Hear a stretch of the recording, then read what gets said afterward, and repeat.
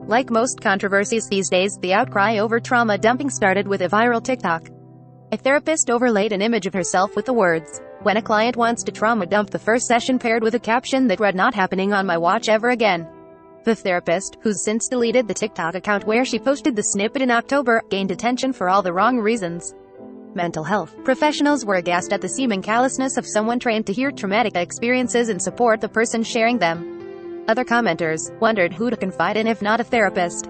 Elaine Glantz, the licensed mental health counselor who posted the TikTok, told BuzzFeed she was trying to be cute and that the clip had been misunderstood.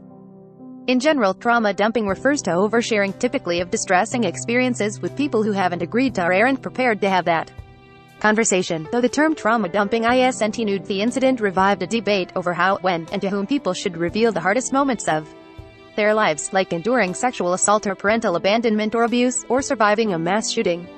Despite the backlash to Glantz's TikTok discussion of trauma dumping often tends toward discouraging or shaming it, depending on the circumstances. Recent media coverage has called the phenomenon toxic and some sort of Gen Z bullshit. There's, however, another way to see trauma dumping. Instead of viewing it as something one person inflicts on another, consider it a symptom of a much more complex problem related to social media, changing cultural expectations of what can be shared publicly, and limited access to professional or effective mental health treatment. That understanding provides clarity about why someone might disclose intimate details about their life at unexpected times, which can make it easier to respond when someone's engaging in the behavior. What is trauma dumping? Some of Dr. Jessie Gold's patients are eager to share harrowing disclosures with her in their first session. Sometimes they're people who have few boundaries, for whom opening up about things others might consider their darkest secrets isn't a big deal, often because of their upbringing or a mental health diagnosis. But Gold, who is a psychiatrist and an assistant professor in the Department of Psychiatry at Washington University School of Medicine, says others who are quick to share these details include professionals accustomed and desensitized to anguish as part of working in a traumatic field like healthcare, emergency medicine, or firefighting. And then there are patients who've never had an opportunity to share their experiences. When they finally do, what they've held inside comes tumbling out. Gold defines trauma dumping as sharing information that the person subjectively considers traumatic.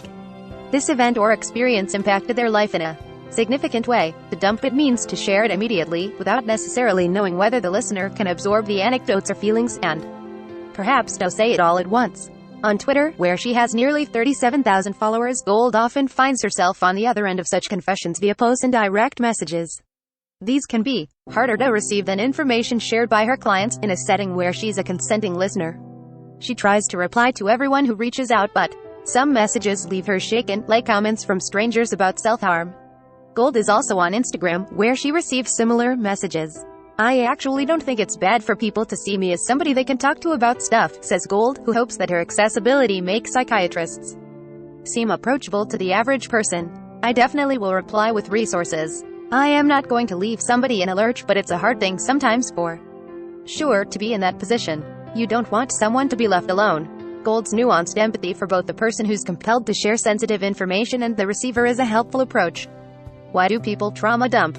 Trauma dumping happens in a broader social, political, and cultural context that often gets buried in a debate over who's being more insensitive, the person accused of dumping or the person who shames the behavior. Those who are suddenly subjected to hearing graphic descriptions of traumatic events can feel like they've been traumatized by the disclosures. Indeed, they may avoid certain types of online content, fearing that it'll trigger their own latent or undiscussed trauma. It can feel violating when the person sharing isn't a friend or loved one but an acquaintance or stranger on the internet. And it can really sting when the receiver shares positive or good news and an unknown commenter whose life went a different direction chimes in with a disturbing disclosure as a counterweight, perhaps looking for validation. At the same time, social media has muddied traditional boundaries about what personal information should be shared publicly. It incentivizes emotional content and rewards users with likes and followers when they strike the perfect balance of confessional and relatable.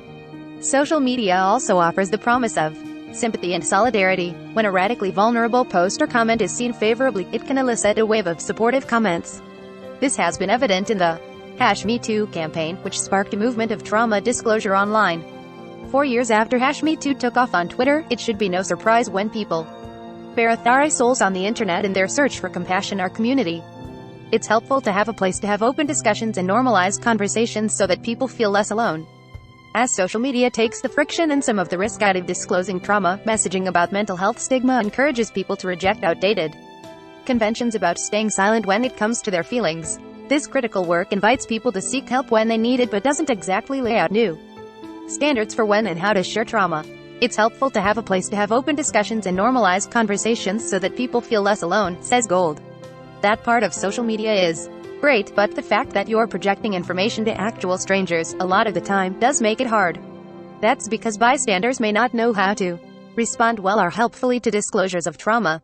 Normalizing mental health struggles on social media and elsewhere also hasn't broadened access to professional experts or community programs that can aid people trying to address and heal emotional or psychological wounds. The system, in other words, hasn't kept pace with the messaging.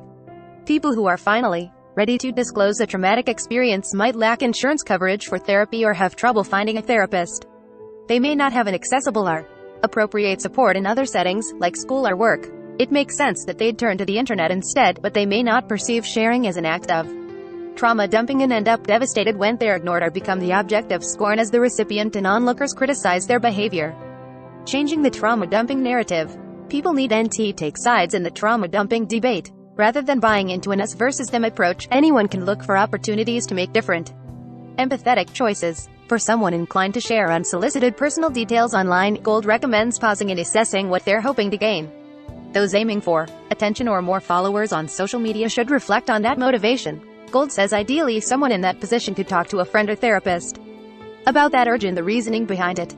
Sharing might end up being really painful for you, psychologically, and all you got from it was a few followers in a viral tweet, says Gold. Is that worth it to you? If support is what they desire, Gold says to call or text a friend, reach out to a support group, contact a hotline or helpline, or consider whether it's time to seek professional mental health care. Keeping a list of trusted contacts handy for challenging times is a good alternative to getting online to seek comfort or validation. Writing drafts of comments, messages, or posts that are never sent can also be helpful. Putting thoughts or feelings in writing is often cathartic, but that doesn't mean those sentiments need to be public. Pausing before posting or sending is definitely in order when you're exhausted, inebriated, or experiencing heightened emotions like extreme anger or sadness, says Gold. When sharing trauma as a form of advocacy, like in the #MeToo campaign, Gold suggests using content warnings or including an explanation of why making it public is important, such as helping to normalize an experience for others. Still, she says to anticipate unexpected reactions from others. Even when someone is ready, it doesn't mean what happens after disclosing is easy. You can't control other people's reaction, says Gold. You can only control your reaction to their reaction. If the anecdotes or comments aren't received well, Gold suggests muting the responses, disconnecting from the internet, practicing self-compassion, and engaging in distracting but satisfying activities like watching a favorite TV show. She notes that it's okay to reconsider the wisdom of sharing traumatic experiences online. You can't control other people's reaction, says Gold. You can only control your reaction to their reaction. As the recipient of perceived trauma dumping, Gold says it's important to remember that poor responses can be as traumatizing or even worse as the original trauma for the person who's making the disclosure when it leads to fresh self-doubt or shame. Still, it's normal and acceptable to set and protect personal boundaries when such information is too difficult to hear. Offering support can be as simple as offering a validating statement like, "I can imagine that experience must have been really challenging. Thank you for sharing." Gold actually recommends against saying a version of "I am sorry that happened to you," because it can convey unintended judgment of the circumstances. It's fine to mute an ongoing thread after making a supportive statement if that's a comfortable boundary, but there's no need to declare that choice if the conversation escalates or parameters need to be drawn more clearly because the person becomes more persistent in their sharing. Gold suggests a different type of statement. "I appreciate you feeling safe enough to tell me, but this feels like not the best place to have this conversation. Maybe we can talk about it another time." If this isn't a discussion that can happen at all, Gold recommends replying by acknowledging that the receiver isn't the best person for it. "I feel that's about all I can handle. I wish I knew enough about this stuff to be helpful." Gold says that simpler statements are more productive, and hopefully less hurtful. "I think trauma, particularly, is quite isolating," she says. Sometimes trauma dumping is a way of trying to get people, unconsciously, to circle around in support you, and be there for you when that's what you really need and want, but you don't know how to ask for that without having them realize you need it. If you want to talk to someone or are experiencing suicidal thoughts, Crisis Text Line provides free, confidential support 24/7. Text CRISIS to 741,741 to be connected to a crisis counselor. Contact the NAMI helpline at 1-800-950-NAMI, Monday through Friday from 10 a.m. to 10 p.m. Eastern Time, or email info@nami.org. You can also call the National Suicide Prevention Lifeline at 1-800-273-8255. Here is a list of international resources. Cover image by Ivan Samkov from Pexels.